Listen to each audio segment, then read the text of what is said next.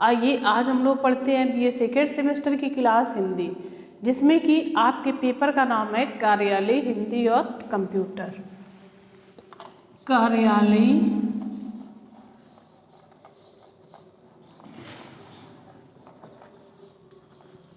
हिंदी और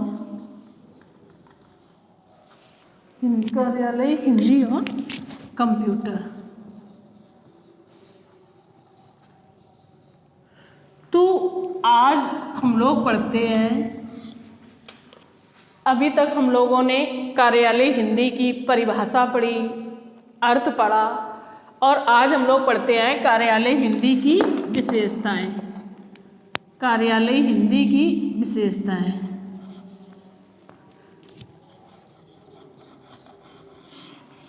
हिंदी की विशेषताएं।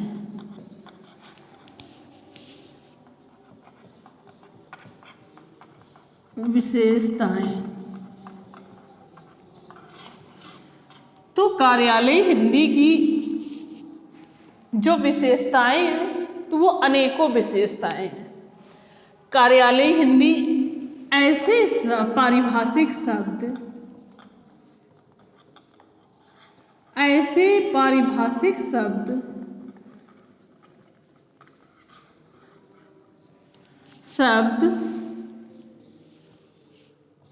जिनका की अर्थ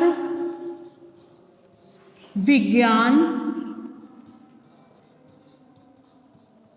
कला, वाणिज्य,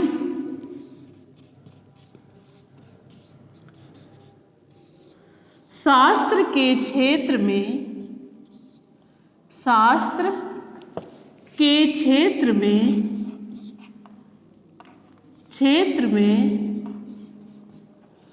प्रयुक्त किए जाएं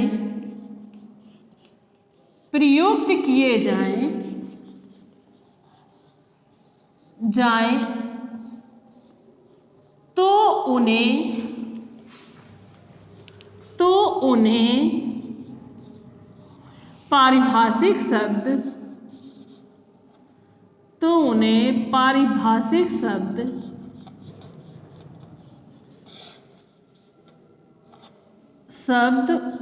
कहते हैं।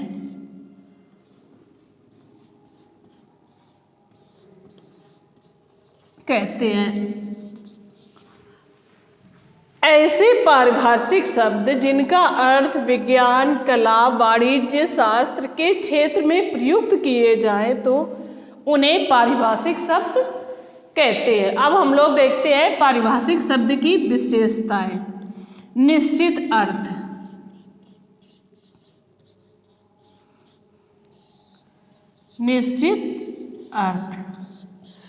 पारिभाषिक शब्द वे शब्द हैं जिनका कि क्षेत्र एक निश्चित होता है, जिनको एक कार्यालय में जाते हैं जब हम, तो निश्चित एक सत्य के रूप में ही तो हम लोग प्रयोग करते हैं, ना कि कोई अनावश्यक शब्द प्रयोग करते हैं।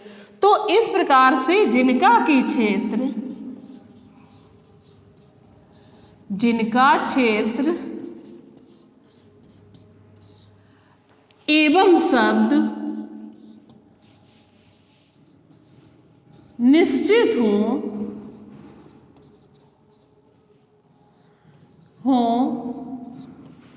तो उन्हें पारिभाषिक शब्दावली कहते हैं।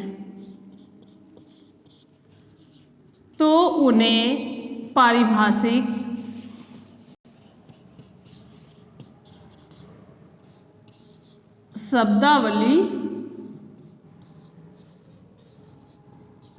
कहते हैं।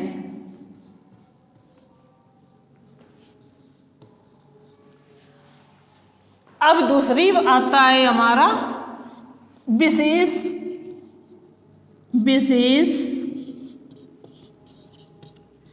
क्षेत्र से संबंधित।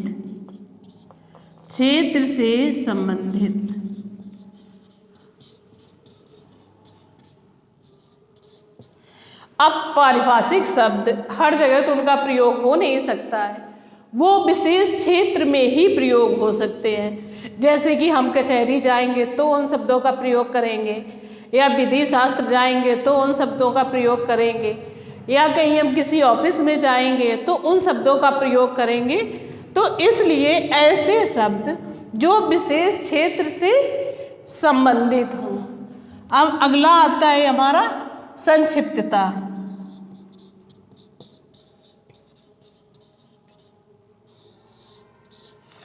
अब संक्षिप्तता हमारी होती है एक पारिभाषिक शब्दावली की विशेषता है, एक संक्षिप्तता भी है। किसी अगर हम पत्र को लिखते हैं तो वो हम बहुत ज़्यादा उसको बढ़ा चढ़ा के नहीं लिखते हैं। कुछ शब्द ऐसे होते हैं कि जो बहुत ज़्यादा मात्रा में ना लिख के हम उनको संक्षेप में लिखते हैं और संक्षेप में उन्हीं पत्रों का हमारा उपयोग हो जाता है। जैसे कहावत कहते हैं नहीं, अधजल गगरी छलकत जाए, भरी गगरिया चुप रह जाए, यानी कि कम शब्द में ज़्यादा चीज़ों का प्रयोग, तो वो होता है हमारा संक्षिप्तता। अब अगली विशेषता है हमारी एकाग्रता।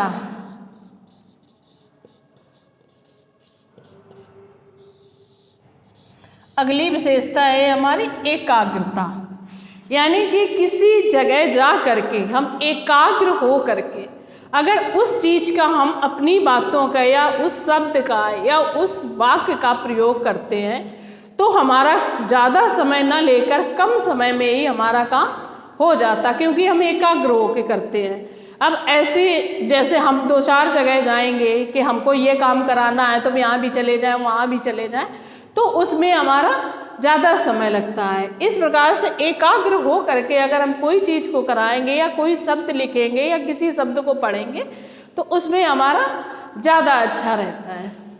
अब अगली हमारी आती है मानकीकरण।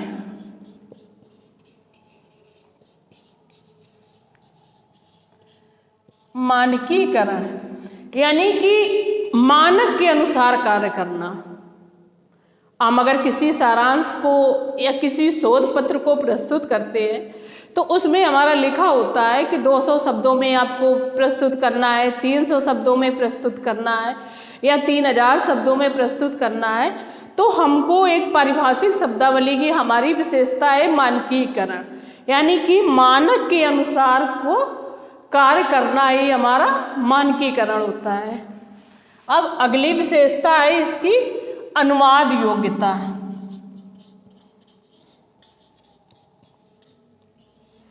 अनुवाद योग्यता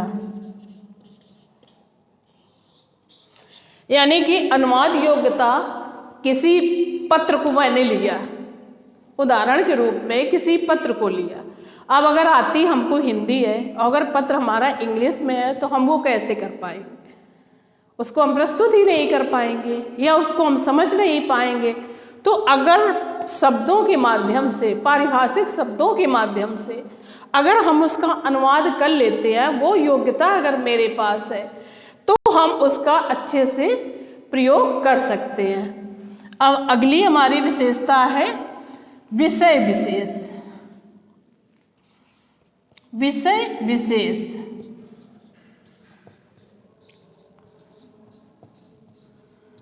विषय विशेष के रूप में।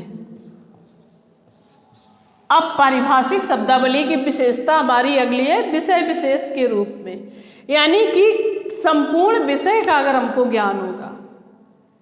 अगर हमने बीए में कई सब्जेक्ट पढ़े हैं तो अगर हमें कई सब्जेक्ट ज्ञान होगा तो वो हम अपना कार्य अच्छे से कर सकते हैं। अब जैसे कि पिछले में अनुवाद योग्यता, अगर हमको हिंदी और इंग्लिश दोनों का अगर ज्ञान हो तो इसको हम अच्छे से हर कार्य को कर सकते हैं। अगर कोई हमको पत्र मिला हिंदी में या इंग्लिश में, अगर हमको दोनों भाषाएं आती हैं तो हम अपना पत्र दोनों भाषाओं में प्रस्तुत कर सकते हैं। अगर हमको दोनों भाषाएं नहीं आती हैं, एक भाषा आती है, तो हम उसका अनुवाद करके प्रयोग करेंगे। तो इस प्रकार से पारिभाषिक शब्दावली की विशेषता है विषय विशेष के रूप में, यानी कि अगर हमें कई विषयों का ज्ञान होगा तो हम अपनी चीज को अच्छे से प्रस्तुत कर सकते हैं। तो इस प्रकार से बेटा पारिभाषिक शब्दावली ऐसे पारिभाषिक शब्द जिनका अर्थ विज्ञान, कला, वाणिज्य, शास्त्र के क्षेत्र में प्रयुक्त किए जाएं तो उन्हें हम पारिभाषिक शब्द कहते हैं। अब पहली विशेषता है हमारा निश्चित अर्थ, यानी कि वही शब्द जिनका अर्थ निश्चित होता है हम उसको बदल नहीं सकते हैं, तो वो हमारे पारिभाषिक शब्द होते हैं। फिर विशेष क्षेत्र से संबंधित, यानी कि विशेष क्षेत्र हमारा कचहरी है या थाना है, चौकी है या कार्यालय है, तो वहाँ भी अगर हमको विशेष शब्द अगर आते हैं तो उनका हम प्रयोग कर सकते हैं। फिर आती है हमारी संक्षिप्तता, यानी कि किसी पत्र को या अपनी बात को बहुत ज़्यादा विस्तार में ना कह करके अगर हम किसी बात को संक्षेप में कहते हैं तो हमारा कार्य वो जल्दी से हो जाएगा। फिर आती है हमारी एकाग्रता, यानी कि अपनी बात को कहने के लिए हमें एकाग्र होना चाहिए, ना कि हमें चार जगह हम अपनी बात यहाँ भी कहेंगे वहाँ भी कहेंगे। अगर अपनी बात प्रस्तुत करने के लिए या अपने शब्द प्रस्तुत करने के लिए हमें एकाग्रता होनी चाहिए। फिर आता है हमारा मानकीकरण, यानी कि कोई भी पत्र प्रस्तुत करेंगे या कुछ भी कार्य को कहेंगे अगर मानक के अनुसार होता है तो हमारा कार्य जल्दी हो जाएगा। फिर आता है अनुवाद योग्यता, यानी कि कई पत्रों को हम अनुवाद के माध्यम से हम अपने पत्रों को प्रस्तुत कर सकते हैं। फिर है विषय विशेष के रूप में, यानी कि हमें कई विषयों का ज्ञान होना आवश्यक है। अगर हमें कई विषयों का ज्ञान है तो हम अपने पत्र को या अपनी बात को अच्छे से कह सकते हैं। अगर हमको ज्ञान नहीं है तो हम अपनी बात को अच्छे से नहीं कह सकते हैं। तो बेटा आज की क्लास यही समाप्त होती है। अब अगली क्लास में हम लोग कल पढ़ेंगे। Thank you.